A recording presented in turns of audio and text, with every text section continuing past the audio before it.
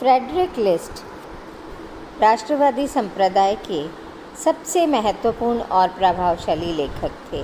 इनका जन्म जर्मनी में 1789 में हुआ। उन्होंने 1819 में उद्योगपतियों और व्यापारियों की एक संस्था बनाई जिसमें जर्मनी के आंतरिक करों को समाप्त करने और विदेशों से आने वाले माल पर आयात कर लगाने की मांग की गई। वे लोकसभा के सदस्य भी बने और वहाँ पर उनके आंदोलनकारी और कुछ विरोधी विचारों के कारण, क्योंकि वे सरकारी नीति का विरोध करते थे, उस समय जर्मनी कई प्रांतों में बटा हुआ था। एक प्रांत से दूसरे प्रांत में माल आने पर चुंगी वसूल की जाती थी, परंतु विदेशी माल बेरोक टोक आता था। देश में लगभग 300 छोटे छोटे राज्य थे और केंद्रीय सरकार बिल्कुल कमज़ोर थी। अलग अलग राज्यों की अलग अलग व्यापारिक नीतियाँ थीं, जिस कारण राष्ट्रीय व्यापार नीति बहुत कमज़ोर थी। कोई एक राष्ट्रीय व्यापार नीति नहीं थी। इंग्लैंड का माल जर्मनी में बेरोक टोक विशाल मात्रा में बेचा जाता, जिसका जर्मनी को कोई फ़ायदा नहीं होता था। ऐसी स्थिति में उन्होंने सरकारी नीति का विरोध किया, जिसके कारण उन्हें जर्मनी से निष्कासित कर दिया गया। वहाँ से उन्होंने फ्रांस, इंग्लैंड, स्विट्ज़रलैंड, अमेरिका आदि अनेक देशों का भ्रमण किया। 1841 में उनकी प्रसिद्ध पुस्तक the national system of political economy का प्रकाशन हुआ। लिस्ट केवल लेखक ही नहीं थे, बल्कि वे एक सक्रिय आंदोलनकारी भी रहे। उन पर अनेक चीज़ों का इतना प्रभाव था कि वे संरक्षणवादी विचारधारा के अग्रदूत माने गए। उन पर जिन चीज़ों का प्रभाव पड़ा उन्हें हम देखते हैं। एक तो जर्मनी की तत्कालीन आर्थिक और राजनीतिक परिस्थिति थी, जिसका मैंने अभी अभी आपको विश्लेषण बताया है। दूसरी ओर अमेरिका की संरक्षण नीति थी। उन्होंने देखा कि अमेरिका ने संरक्षणवाद अपनाकर अपना औद्योगिक विकास किया है, ब्रिटेन से आने वाले माल पर नियंत्रण लगाया। अमेरिका में संरक्षण की नीति की सफलता को देखकर लिस्ट को भी पूर्ण विश्वास हो गया कि जर्मनी भी इसी नीति से विकास कर सकता है। फिर वे वाणिज्यवादी विचारकों और लेखकों जैसे कोलबर्ट से काफ़ी प्रभावित रहे। उन्होंने वाणिज्यवादियों को भी दो भागों में बांटा। एक तो वे जो व्यापार संतुलन को पक्ष में रखना चाहते थे और दूसरे वे जो उद्योग धंधों को विशेष महत्व देते थे। उन पर प्रभाव पड़ना पूर्ववर्ती और समकालीन लेखकों का भी लाजमी था। उस समय जर्मन दार्शनिक काम्टे के राष्ट्रवादी विरोधी चिंतन से काफ़ी परेशान थे लिस्ट, और उन्होंने इसीलिए संरक्षण संबंधी विचारों से काम्टे को निरुत्तर करने के प्रयास किए।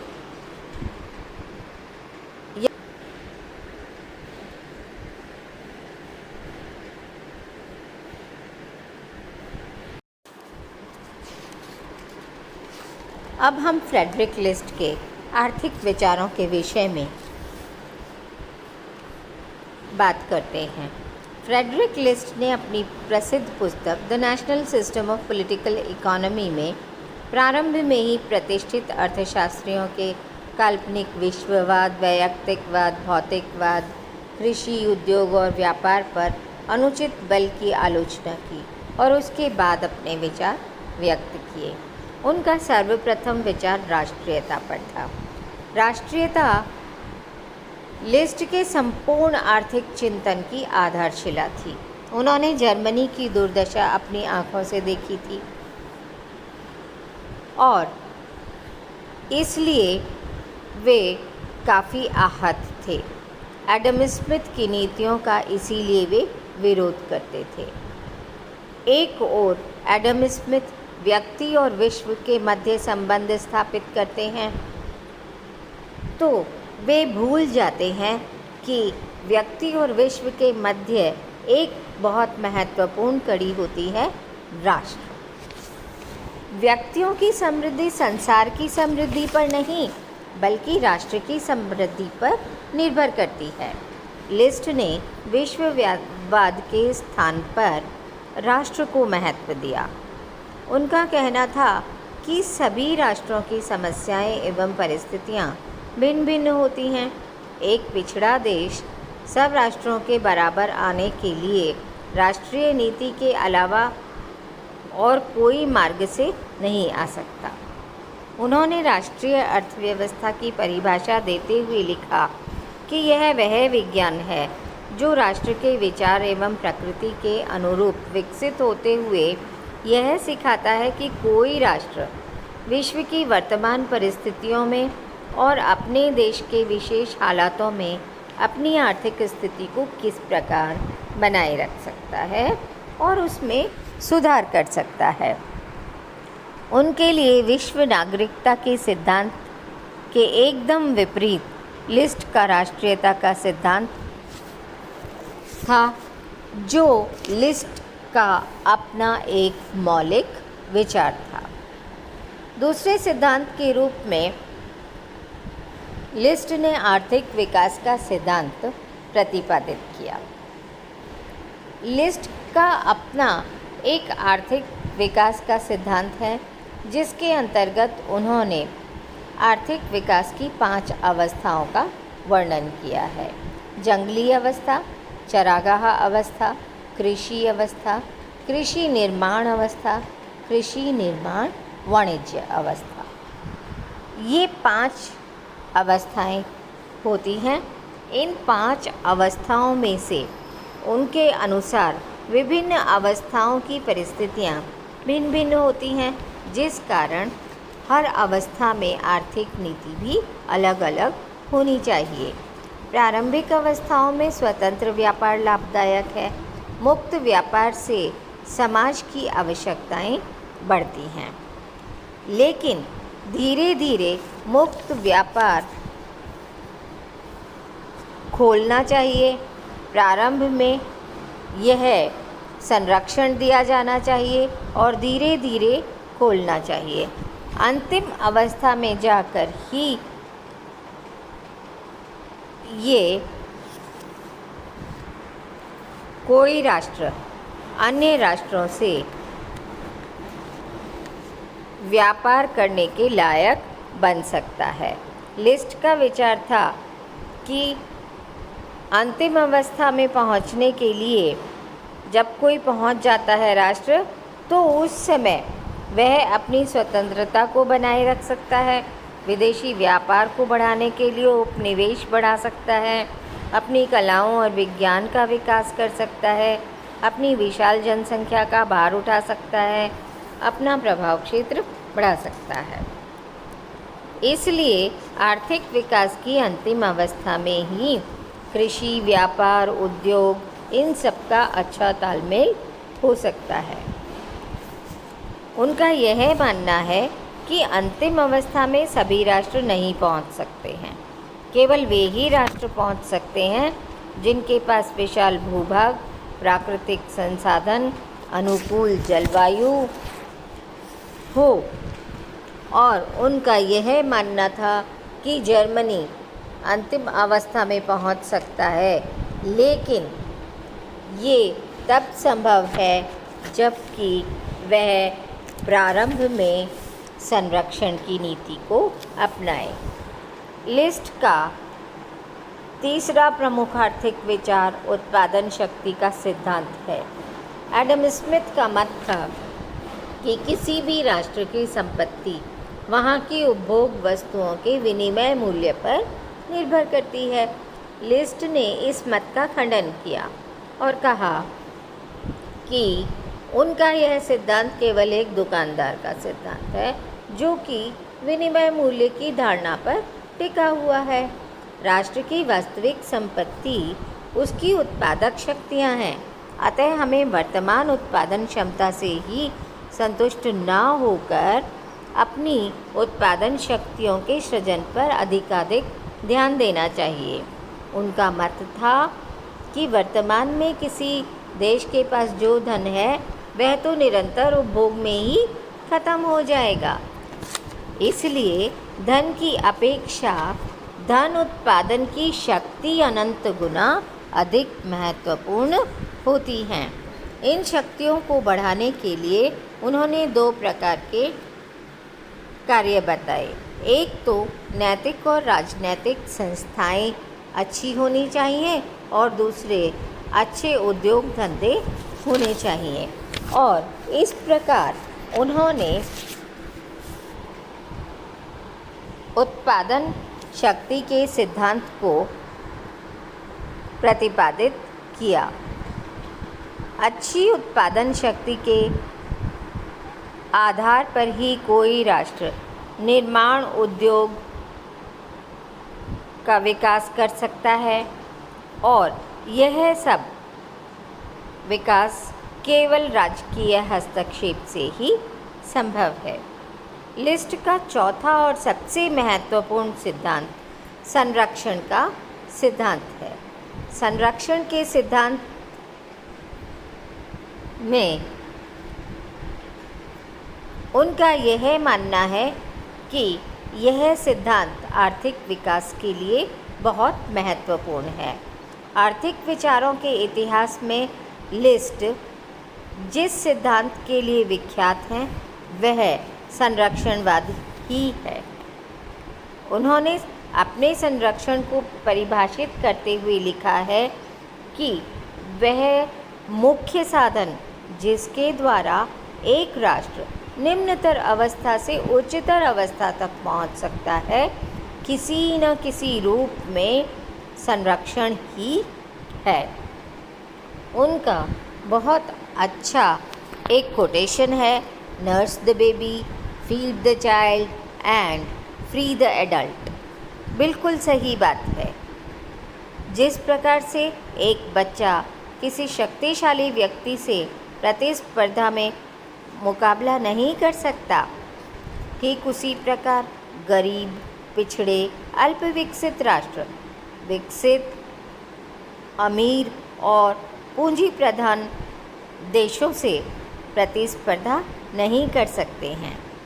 अतः उन्हें इस प्रकार के व्यापार से संरक्षण की आवश्यकता होती है। संरक्षण के बिना यदि उद्योगों के विकास की हम कल्पना करें तो बहुत अधिक समय लग जाता है। उनके इस संरक्षण की विशेषताएं इस प्रकार हैं। लिस्ट के संरक्षणवाद की विशेषताओं को हम 8 भागों में बांट सकते हैं। सबसे पहला है संरक्षण अस्थायी उपाय है। यदि हम यह मानें कि प्रत्येक राष्ट्र को संरक्षण अपनाना चाहिए तो यह नहीं है, बल्कि उन्हीं राष्ट्रों को और उन्हीं परिस्थितियों में संरक्षण अपनाना चाहिए जबकि यह आवश्यक हो, जबकि अपने देश के संसाधनों को, अपने देश के उत्पादन क्षेत्रों को, उद्योगों को, कृषि को प्रोटेक्ट करके उन्हें विकसित होने का अवसर देना है, तभी इसे एक उपाय बनाना चाहिए। उनके शब्दों में संरक्षणवादी अफीम का प्रयोग यदि लगातार एवं लंबे समय तक किया जाता रहा तो उद्योगपति, किसान और व्यापारी ये सब आलस्य एवं निष्क्रिय हो जाएंगे। इसका मतलब है कि ये एक प्रोटेक्शन, एक तरह का नशा ना बन जाए।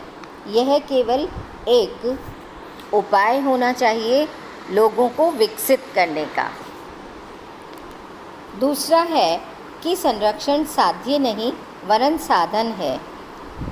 सही मायनों में इसे साध्य नहीं बनाना चाहिए, बल्कि इसे विकास का एक साधन के रूप में अपनाया जाना चाहिए। सीमित मात्रा में संरक्षण दिया जाना चाहिए और सभी क्षेत्रों में संरक्षण न देकर केवल उन कमज़ोर क्षेत्रों में संरक्षण दिया जाए जो कि अभी विकास की उस उच्च अवस्था तक नहीं पहुँचे हैं और जो दूसरों से प्रतियोगिता करने के लायक नहीं हैं। इसी प्रकार यह निरपेक्ष नहीं होना चाहिए, बल्कि सापेक्ष होना चाहिए। लिस्ट संरक्षण को समय और परिस्थिति के अनुसार परिवर्तित करना चाहते थे और संरक्षण केवल वर्तमान के लाभ नहीं बल्कि भविष्य के लाभों के लिए दिया जाना चाहिए। कृषि क्षेत्र में संरक्षण देना बिल्कुल अनुचित बताया, क्योंकि कृषि क्षेत्र में यदि संरक्षण दे दिया जाएगा तो औद्योगिक विकास में काफ़ी महंगाई हो जाएगी। वहाँ के संरक्षण से कच्चा माल महंगा हो जाएगा, मजदूरी बढ़ जाएगी, परिणाम स्वरूप निर्मित माल भी महंगा हो जाएगा और उद्योगों की लागत बढ़ जाएगी, खाद्यान्न महंगे हो जाएंगे। इसलिए कृषि क्षेत्र में उन्होंने संरक्षण को उचित नहीं बताया। विकास की 5वीं अवस्था में जाकर यह बिल्कुल उपयुक्त नहीं होता। जैसा कि आपको पहले बताया है कि 5 अवस्थाएं आर्थिक विकास की हैं, तो प्रारंभिक अवस्थाओं में केवल देश के उद्योग धंधों को विकास के उस स्तर तक पहुंचाने के लिए, जबकि वे प्रतियोगिता के लायक बन जाएं, तभी संरक्षण दिया जाना चाहिए। संरक्षण कोई सार्वभौमिक हल नहीं है। आर्थिक समस्याएं विकास की हर अवस्था में आएंगी और हर बार इनको संरक्षण के आधार पर हल नहीं किया जा सकता है। अतः आर्थिक समस्याओं का कोई रामबाण उपाय या सार्वभौमिक हल संरक्षण को नहीं माना जाना चाहिए, बल्कि केवल अपने उद्योग धंधों और कृषि, व्यापार इत्यादि को अन्य राष्ट्रों से प्रतियोगिता के लायक बनाने के लिए ही कुछ काल तक संरक्षण की नीति को अपनाई जानी चाहिए। यह विकासशील देशों के लिए एक बहुत ही अच्छा रक्षा कवच है, क्योंकि यह देखा गया है कि विकसित राष्ट्र अपने माल को बेचने के लिए विकासशील राष्ट्रों के बाज़ारों की खोज करते रहते हैं और ऐसी स्थिति में विकासशील राष्ट्रों का औद्योगिक विकास पिछड़ जाता है।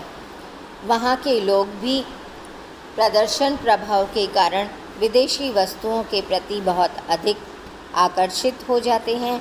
इसलिए विकासशील देशों को संरक्षण का उपाय अपनाकर अपना उचित आर्थिक विकास करना चाहिए।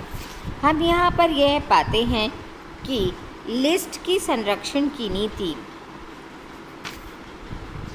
आज के परिप्रेक्ष्य में अनेक उन राष्ट्रों के लिए बहुत महत्वपूर्ण है जो कि विकसित नहीं हैं, अभी विकासशील अर्थव्यवस्थाएं हैं। दूसरे देश उन देशों को अपने बाज़ारों के रूप में इस्तेमाल कर रहे हैं, उनके साधनों को बाज़ारों के रूप में इस्तेमाल किया जा रहा है, ऐसी समय में लिस्ट का संरक्षण का यह विचार बहुत महत्वपूर्ण है। यदि हम वाणिज्यवादियों के संरक्षणवाद से लिस्ट के संरक्षणवाद की तुलना करें तो हम पाएंगे कि यह अंत में वाणिज्यवादियों के संरक्षणवाद का ही एक परिष्कृत रूप हमारे सामने आता है। आधुनिक संरक्षणवाद में भी हम लिस्ट के संरक्षणवाद की छाया देखते हैं, क्योंकि लिस्ट के संरक्षणवाद में उन्होंने कृषि को संरक्षण नहीं देने की बात कही है और आधुनिक संरक्षणवाद ने कृषि को भी संरक्षण दे दिया है। इस तरह के कुछ अंतर आधुनिक संरक्षणवाद और लिस्ट के संरक्षणवाद से दिखाई देते हैं। यदि हम समीक्षात्मक मूल्यांकन की बात करें तो राष्ट्रवाद के अग्रदूत के रूप में फ्रेडरिक लिस्ट को आर्थिक विचारों के इतिहास में माना जाता है। उनके आर्थिक विचार पूर्णतः मौलिक हैं। उन्होंने उस काल में व्याप्त परिस्थितियों को देखते हुए जिन विचारों को प्रतिपादित किया वे काफ़ी महत्वपूर्ण रहे और बाद के विचारकों के लिए वे आधार बने हैं। धन्यवाद।